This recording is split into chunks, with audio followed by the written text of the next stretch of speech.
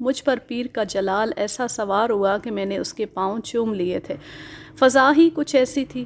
اس کے بعد ہم جب بھی شکار کا ارادہ کرتے تھے تو ایک روز پہلے پیر صاحب سے کامیابی اور سلامتی کی دعا کرایا کرتے تھے، اور کبھی کبھی 2-3 روٹیوں پر پیر صاحب سے پھونک مروا کر تمام کتوں کو کھلایا کرتے تھے۔ پیر صاحب کے خصوصی مرید ہمیں کہا کرتے تھے کہ پیر صاحب کی دم کی ہوئی روٹی کھا کر کتے شیر کو بھی مار لیا کرتے ہیں، لیکن ہمارے علاقے میں شیر نہیں تھے جو ہم پیر صاحب کی اس کرامات کو آزماتے۔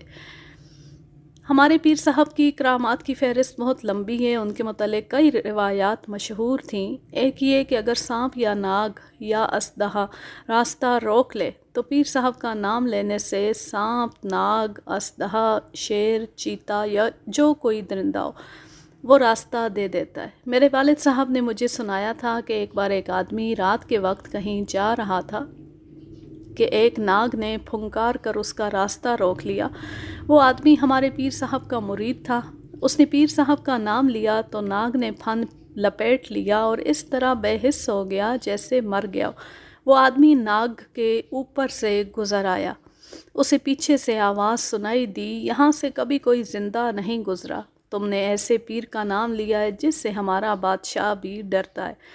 وہ آدمی کون تھا کسی کو معلوم نہیں، کوئی بھی یہ کہنے والا نہیں کہ اس آدمی نے مجھے یہ کہانی سنائی تھی۔ پھر بھی لوگ اس کہانی کو سچ اور برحق تسلیم کرتے تھے، اور مزے کی بات یہ ہے کہ میں بھی پیر صاحب کی اس کرامت پر ایمان لے آیا تھا۔ اس کے علاوہ پیر صاحب کی کرامات یہ تھیں کہ آندھی اور بھگولوں کو روک لیتے تھے، بے وقت بارش آ جائے تو روک لیتے تھے، کوئی مسافر راستے سے بھٹک جائے تو پیر صاحب کا نام لینے سے اسے صحیح راستے کا علم ہو جاتا تھا، کسی کی گائے، بھینس، بیل یا بکری گم ہو جائے تو پیر صاحب کو نظر آ جاتا تھا کہ گمشدہ مویشی کہاں ہے۔ ہم ان کرامات پر ایمان رکھتے تھے، حالانکہ ہمارے مویشی گم ہوتے رہتے تھے، مسافر راستوں سے بھٹک کر کہیں سے کہیں پہنچ جایا کرتے تھے۔ مئی جون میں آندھیاں اور بھگولے چلتے تھے تو ہمارے بھوسے کے ڈھیروں کو جو سارے سال کی کمائی ہوتی تھی اڑا لے جاتے تھے۔ بے وقت بارشیں بھی ہوتی تھیں جو ہمارے کھیت کھلیان کا ستیہ ناش کر جاتی تھی، پھر بھی ہم پیر صاحب کی کرامات پر یقین رکھتے تھے۔ پیر صاحب کا ایک بیٹا تھا، عمر 30 سال ہوگی، شادی شدہ تھا اور باپ کے بعد گدی کا حقدار۔ سنا تھا کہ پیر صاحب نے ساری کرامات اسے عطا کر دی ہیں اور اب وہ آندھی اور بارش کو روک سکتا ہے اور بھولے بھٹکے مسافر اس کا نام لے کر راستہ معلوم کر سکتے۔ دیہات میں اس کی عزت اس کے باپ جتنی ہی تھی۔ جس گاؤں سے گزرتا تھا راہ چلتے لوگ رک کر سر جھکا دیتے تھے اور عورتیں سروں پر دوپٹے اوڑھ کر اپنی انگلیوں کو چومتی اور آنکھوں سے لگاتی تھیں۔ پیر صاحب کے اس بیٹے کو ہم چھوٹے شاہ جی کہا کرتے تھے۔ مریدوں کے خالص دودھ، مکھن، گھی، انڈوں اور مرغیوں کے پلے ہوئے یہ چھوٹے شاہ جی غیر معمولی طور پر تنومند تھے۔ گہرے گلابی رنگ کی وجہ سے خوبرو بھی تھے، نقش بھی اچھے تھے۔ ان کی اصلی کشش تو یہ تھی کہ وہ پیر صاحب کے فرزند تھے۔ اس فرزند نے جب پر کھولے تو معلوم ہوا کہ خدا نے انہیں ایک اور کرامت بھی عطا کر دی ہے، وہ تھی بے اولاد عورت کو اولاد دینا۔ مگر وہ تعویذ خاوند کو نہیں، بیوی کو دیا کرتے تھے، اور یہ بھی پتہ چلا تھا کہ وہ رات کو چلا کرتے تھے تو سائل عورت کو بھی ساتھ رکھتے تھے تاکہ چلے کا اثر اس کی رگوں میں اتر جائے۔ ہم نے ان کا یہ کرشمہ دیکھا تھا۔ ہمارے گاؤں کے قریب ایک عورت 9-10 سال سے بے اولاد تھی۔ وہ چھوٹے شاہ جی کے پاس جانے لگی تو اسے خدا نے بچہ عطا کیا تھا جس کا ہر ایک نقش چھوٹے شاہ جی سے ملتا جلتا تھا۔ پھر یہ عورت شاہ جی کے دروازے پر ہی بیٹھی رہتی تھی۔ اس کے بعد چھوٹے شاہ جی عورتوں میں مقبول ہو گئے، اور عورتیں جب ان کی کرامات بیان کرتی تھیں تو یوں معلوم ہوتا تھا جیسے چھوٹے شاہ جی کوئی فرشتہ ہیں جو عورتوں کو اولاد دینے کے لیے آسمان سے اترے ہیں۔ پھر بھی گاؤں میں چند ایسی غیرت والی عورتیں تھیں جو چھوٹے شاہ جی کے پاس ایک ہی بار گئیں اور کانوں کو ہاتھ لگاتی واپس آ گئی۔ وہ بڑے پیر صاحب کو تو مانتی تھیں، چھوٹے شاہ جی سے گھبراتی تھیں۔ اس تنومند انسان کی حالت اب یہ تھی کہ باہر نکلتا تھا تو بدمست سانڈ کی طرح چلتا تھا۔ کوئی نوجوان لڑکی نظر آ جائے تو اس کی آنکھیں چڑھ جاتی تھیں۔ وہ بھی ہماری طرح شکار کا رسیا تھا۔ فرق یہ تھا کہ ہمارے پاس کتے تھے، اس کے پاس ایک باز اور ایک شکرا تھا۔ شکار کے معاملے میں ہمارا اس کے ساتھ کوئی تعلق نہیں تھا۔ باز اور شکرے کا شکار دلچسپ ضرور ہوتا ہے، لیکن اس میں کتوں کے شکار کی طرح بھاگ دوڑ نہیں ہوتی۔ باز کو کسی درخت پر بیٹھی ہوئی فاختہ دکھا کر چھوڑ دو تو باز جا کر اسے دبوچ لیتا ہے۔ کبوتر اور فاختہ کی عادت یہ ہے کہ باز کو اپنے اوپر جھپٹتا دیکھ لیں تو آنکھیں موند لیتے ہیں اور بے رحم پنجوں میں دبوچے جاتے ہیں۔ وہ اڑتے اس صورت میں ہیں جب باز یا شکرا دور ہو۔ باز کا شکار اس وقت دلچسپ اور مشقت طلب ہوتا ہے جب اسے بھاگتے خرگوش پر چھوڑا جائے۔ ایک بار چھوٹے شاہ جی نے ہمارے ساتھ شکار پر جانے کی خواہش ظاہر کی تھی، لیکن ہمارے ساتھ گیا کبھی نہیں تھا۔ پھر ایک ایسی واردات ہو گئی کہ چھوٹے شاہ جی کے متعلق ہمارا ایمان متزلزل ہو گیا تھا۔ میں اپنے ایک دوست کے ساتھ کسی دوسرے گاؤں سے واپس آ رہا تھا۔ ہمارے علاقے کے خد و خال کچھ عجیب سے ہیں، کھڈ نالے بہت ہیں اور اونچے نیچے مٹی کے ٹیلے ہیں، انہی میں سے راستے گزرتے ہیں۔ ہم دونوں گاؤں کو آ رہے تھے کہ ایک ٹیلے کے پیچھے سے کسی عورت کی اس طرح کی آواز آئی جیسے اسے کوئی زبردستی چھیڑ رہا ہو۔ ہم رک گئے۔ عورت کی گھبرائی ہوئی آواز پھر سنائی دی، خدا کی قسم شاہ جی، میری شادی نہیں ہوئی، میں کنواری ہوں، شادی شدہ ہوتی تو اور بات تھی۔ پھر اس کی آواز گھٹنے لگی۔ ہم دونوں دوڑ کر ٹیلے کے پیچھے گئے۔ دنیا کی نظروں سے اوجھل ہونے کے لیے وہ بڑی اچھی نشیبی جگہ تھی۔ ہم نے دیکھا کہ چھوٹے شاہ جی کسی دوسرے گاؤں کی ایک نوجوان لڑکی کو اپنے مضبوط بازوؤں میں جکڑے ہوئے اسے زمین پر لٹانے کی کوشش کر رہے تھے۔ اگر شاہ جی کی جگہ کوئی اور ہوتا تو ہمارے لیے یہ فیصلہ کرنا مشکل نہ ہوتا کہ اس شخص کے ساتھ کیا سلوک کرنا چاہیے، مگر وہ شاہ جی تھے جن کی کرامات کے ہم قائل تھے۔ ہمیں دیکھ کر شاہ جی جھینپ گیا اور لڑکی کو چھوڑ کر اپنے اوپر جلالی کیفیت طاری کر کے بولا، بدبخت لڑکی ڈر رہی ہے کہ میں اس کے ساتھ بدکاری کرنے لگا ہوں۔ میں ادھر سے گزر رہا تھا کہ مجھے 2 چڑیلیں نظر آئیں۔ ایک کہہ رہی تھی کہ اسے لے چلو، میرے قریب تو وہ آ نہیں سکتی تھیں۔ میں نے ادھر ادھر دیکھا کہ وہ کسے اٹھا لے جانا چاہتی ہیں۔ مجھے یہ لڑکی نظر آ گئی۔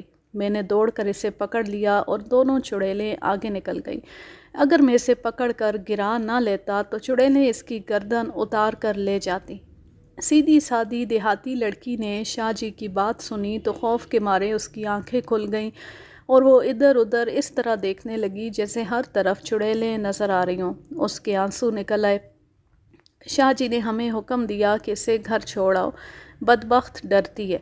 شاہ جی کا گھوڑا ذرا پرے کھڑا تھا، وہ پھنکارتا ہوا گھوڑے کی طرف چل پڑا اور ہم دونوں اس لڑکی کو گاؤں تک لے گئے، مگر لڑکی کے دائیں گال پر دانتوں کے لال سرخ نشان دیکھ کر میں سمجھ نہ سکا کہ یہ دانت چڑیل کے تھے یا شاہ جی کے، اور مجھے یہ بھی معلوم نہیں کہ جب اس کم سن کنواری لڑکی کے گال پر گھر والوں نے دانتوں کے نشان دیکھے ہوں گے تو اس پر کیسے کیسے شک کر کے اسے کس بے دردی سے پیٹا ہوگا، اور یہ تو مجھے یقین تھا کہ لڑکی کی اس بات کو کوئی بھی سچ نہیں مانے گا کہ یہ دانت شاہ جی کے ہیں۔ میں نے جب یہ سوچا تو لڑکی کو ہم نے اس کے گاؤں سے دور ہی چھوڑ دیا اور اسے تسلی دی کہ ڈرنے کی ضرورت نہیں، اب وہ چلی جائے۔ مجھے ڈر تھا کہ ہمارے ساتھ اسے دیکھ کر کوئی اس پر شک نہ کرے۔ وہ سارا راستہ روتی رہی تھی اور اس نے ایک ہاتھ گال پر رکھا ہوا تھا۔ میرے سامنے اس نے ہاتھ ہٹایا تو اس کے ہاتھ پر خون لگا ہوا تھا۔ اپنے ہاتھ کو دیکھ کر وہ اور زیادہ رونے لگی اور روتی ہوئی اپنے گاؤں کو چل پڑی۔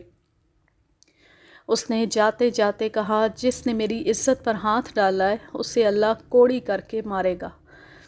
کتنی حیرت انگیز بات ہے کہ ایسے پسماندہ لوگوں میں جو پیروں کو خدا مانتے، ایک لڑکی ایسی بھی تھی جو پیر کو بد دعا دے رہی تھی۔ میں نے اپنے دوست سے کہا، اب دیکھو خدا سچا ہے یا یہ پیر اور اس کا چھوٹا شاہ جی۔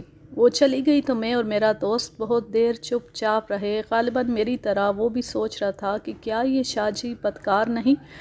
اگر وہ بدکار ہے تو ہم بے غیرت ہیں۔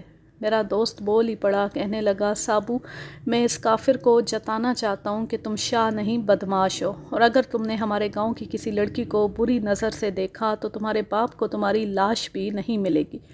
تم کیا سوچ رہے ہو؟ میرے منہ سے بے اختیار نکلا۔ میں سوچ رہا ہوں کہ اسے کس طرح ختم کریں اور لاش کہاں غائب کریں۔ غصے سے میری آواز کانپ گئی۔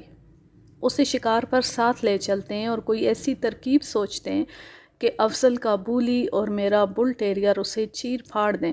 اگر ہمارے کتے یہ کام کر دیں تو ہم یہ مشہور کر سکتے ہیں کہ اس نے کتوں کو مارا تھا، ہم وہاں نہیں تھے، کتوں نے اسے اجنبی سمجھ کر مار دیا۔ میرا دوست سوچ میں کھو گیا۔ وہ کوئی ترکیب سوچ رہا تھا۔ اس نے کہا بندوبست ہو جائے گا۔ خدا گواہ ہے، آج 35-40 سال بعد وہ لڑکی اور اس کے گال پر شاہ جی کے اترے ہوئے دانت یاد آتے ہیں تو غصے سے میرے دانت بجنے لگتے ہیں۔ وہ اس کی منت کر رہی تھی کہ شاہ جی میں کنواری ہوں۔ آج ایسے محسوس ہوتا ہے جیسے وہ میری کنواری بیٹی تھی۔ وہ گدی آج بھی قائم ہے۔ بڑا پیر مر گیا ہے۔ وہ بہت ہی خوفناک موت مرا تھا۔ وہ لڑکی بھی بوڑھی ہو کر مر گئی ہے، مگر گدی زندہ ہے اور گدی کے عقیدت مند زندہ ہیں۔ مجھے ان سے کوئی ڈر نہیں۔ میں اعلانیہ کہہ رہا ہوں کہ یہ گدی گناہ خانہ ہے۔ اگر گدی نشین کو شک ہے تو میرے سامنے بیٹھے اور میں سارے علاقے کے لوگوں کو جمع کر کے کہوں گا کہ یہ گدی گناہوں کا مرکز رہی ہے اور اب بھی وہاں گناہ ہوتے ہیں، اور اس کا محض وجود ایک ایسا گناہ ہے جس کے مجرم ہم سب ہیں، جو اس کے خلاف کوئی کارروائی کرنے کے بجائے اس کی پوجا کرتے ہیں۔ میں یہ بھی اعلانیہ کہتا ہوں کہ میں نے اپنے ایک دوست کے ساتھ مل کر چھوٹے شاہ جی کو قتل کرنے کا پکا ارادہ کیا تھا، مگر خدا نے یہ کام خود ہی کر دیا تھا اور ہمیں اس نیکی سے محروم رکھا تھا۔ ایسے بدکار آدمی کو قتل کرنے کو میں آج بھی نیکی سمجھتا ہوں۔ میرے اور افضل کے زخم مل چکے تھے اور اب ہم اگلے شکار کا پروگرام بنا رہے تھے۔ اس واقعے کے بعد شاہ جی میرا دوست بننے کی کوشش کرنے لگا۔ اسے ڈر تھا کہ یہ راز میں فاش نہ کر دوں۔ وہ مجھ پر اور میرے دوست پر زیادہ ہی مہربان ہو گیا تھا۔ ایک روز اس نے اپنے ہاتھ سے ایک تعویذ میرے بازو کے ساتھ اور ایک میرے دوست کے بازو کے ساتھ باندھ کر کہا، جاؤ اب تمہیں ناگ بھی راستہ دے دیں گے اور بھیڑیے تمہیں دیکھ کر اندھے ہو جائیں گے۔ میں نے اپنے بازو سے شاہ جی کے ہاتھ کا باندھا ہوا تعویذ کھول کر اسے دے دیا۔ میرے دوست نے بھی تعویذ کھول کر اس کے ہاتھ میں دے دیا۔ اس پر جلالی حالت طاری ہو گئی۔ وہ سمجھ گیا تھا کہ لڑکی کے واقعے کے بعد ہم نے اسے پیر ماننا چھوڑ دیا ہے۔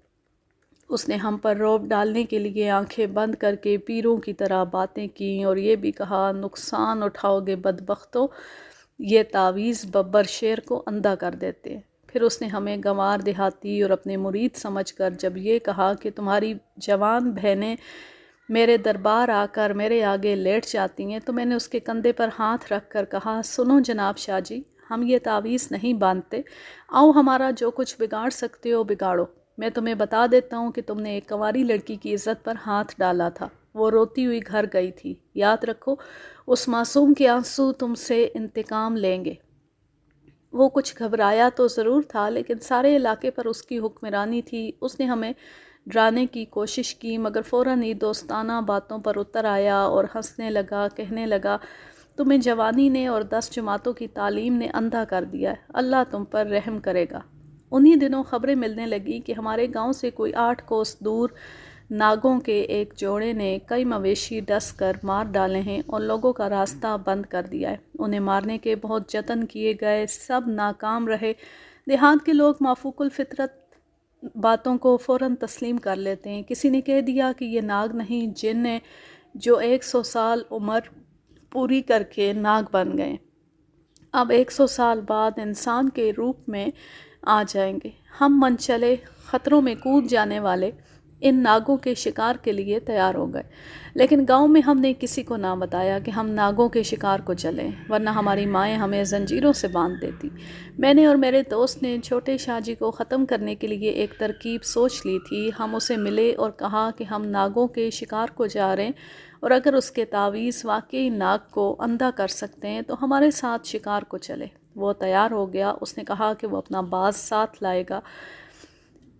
وہ بڑے شاہ جی سے تعویذ لکھوا کر بازو سے باندھ کر آئے گا۔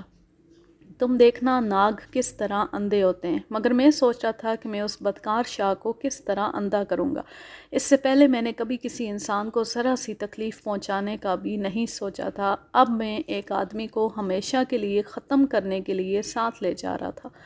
میں نے اپنے دوست سے ایک بار کہا تھا کہ یار خدا ایسے بدکاروں کو سزا کیوں نہیں دیتا۔ 2 روز بعد ہم سورج نکلنے سے بہت پہلے چل پڑے۔ شاہ جی سمیت ہم 12 آدمی تھے۔ کتے تو تھے جن میں افضل کا بولی بھی تھا، اب کہ اچھو کی جیکی ساتھ نہیں تھی۔ دراصل اچھو ہم سے ناراض ہو گیا تھا کہ ہم نے اس کی جیکی کو بدنام کر دیا۔ اس کی شکایت بجا تھی۔ ہم نے سارے گاؤں کو بتا دیا تھا کہ آج جیکی کی وجہ سے ہمارے کتے لڑ پڑے تھے اور بولی نے اپنے مالک کو کاٹ لیا تھا۔ اس سے اچھو کی ناک کٹ گئی تھی۔ وہ اپنی جیکی کے چال چلن کے خلاف ایک لفظ سننے پر آمادہ نہیں تھا۔ بہرحال اس کی ناراضگی کو ہم نے بہتر ہی سمجھا۔ اگر وہ جیکی کو ساتھ لے چلتا تو پھر وہی ہنگامہ ہو جاتا جس سے افضل اور میں زخمی ہو گئے تھے۔ ہم سب گاؤں سے نکلے۔ ہمیں شاہ جی کے گھر جا کر اسے ساتھ لینا تھا۔ جب ہم گاؤں سے نکل رہے تھے تو گلیوں میں اور منڈیروں پر سب کی مائیں کھڑی ہمیں گالیاں دے رہی تھیں۔ انہوں نے میرے اور افضل کے زخم دیکھے تھے۔ ان کی گالیاں برحق تھیں۔ ان میں 2 ماؤں کی آواز سب سے زیادہ بلند اور صاف تھی، ایک میری ماں کی، دوسری افضل کی ماں کی۔ لیکن ہمارے باپ کھڑے ہنس رہے تھے۔ شاہ جی کے گھر گئے تو وہ تیار تھا۔ اس نے باز ساتھ لے لیا اور گھوڑے پر سوار ہو کر ہمارے ساتھ چل پڑا۔ یہ پہلا موقع تھا کہ ہمارے ساتھ ایک گھوڑا جا رہا تھا۔ ہم پیادہ گھوڑوں کی طرح دوڑا کرتے تھے۔ ہم نے ادھر ادھر سے پوچھ لیا تھا کہ ناگوں کا علاقہ کون سا ہے، راستہ بھی پوچھ لیا تھا۔ ہم 12 آدمی، 9 کتے، 1 گھوڑا اور 1 باز ناگوں کے شکار کو چل پڑے۔ ہم نے کتوں کو زنجیروں سے باندھ رکھا تھا۔ راستے میں ہم کوئی شکار نہیں کھیلنا چاہتے تھے کیونکہ ہمیں 8 کوس دور جانا تھا۔ نہ ہم خود دوڑ کر تھکنا چاہتے تھے، نہ کتوں کو تھکانا مناسب سمجھا۔ راستہ لمبا تھا۔ یہ لمبے راستے گپ شپ اور اوٹ پٹانگ بکواس سے چھوٹے ہو جایا کرتے تھے، مگر شاہ جی ساتھ تھے اس لیے ہم کوئی ایسا ویسا کلمہ منہ سے نکالتے ڈرتے تھے۔ چپ چاپ تو ہم سے چلا نہ جاتا تھا۔ شاہ جی سے کہا کہ حضور کوئی بات سنائیں۔ حضور نے گھوڑے پر بیٹھے اپنی اور اپنے باپ کی کرامات سنانی شروع کر دیں۔ ان کا ہر معجزہ نرالا، دلچسپ اور سنسنی خیز تھا۔ ان میں ایک یہ تھا کہ ایک بار ایک آدمی بڑی دور سے پیر صاحب کی زیارت کے لیے آ رہا تھا۔ راستے میں ایک برساتی نالہ آ گیا جو اس وقت سیلابی تھا۔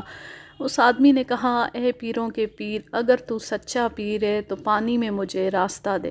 شاہ جی نے سنایا کہ وہ اس وقت چھوٹے تھے، اپنے باپ کی گود میں بیٹھے تھے۔